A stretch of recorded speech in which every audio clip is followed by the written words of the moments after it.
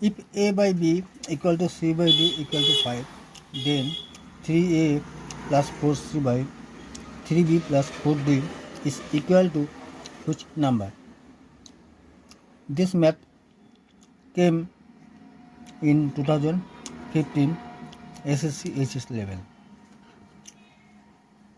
Here A by B equal to C by D equal to 5.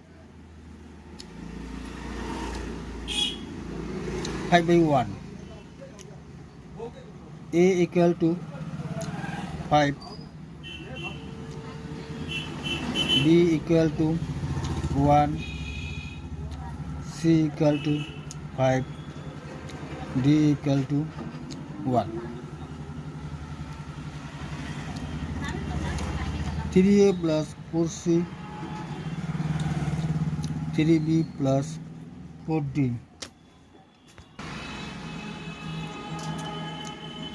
3 into 5 plus 4 into 5 by 3 into 1 plus 4 into 1.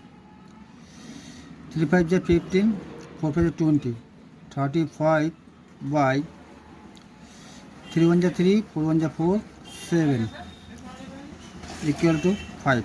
Option B will be the answer.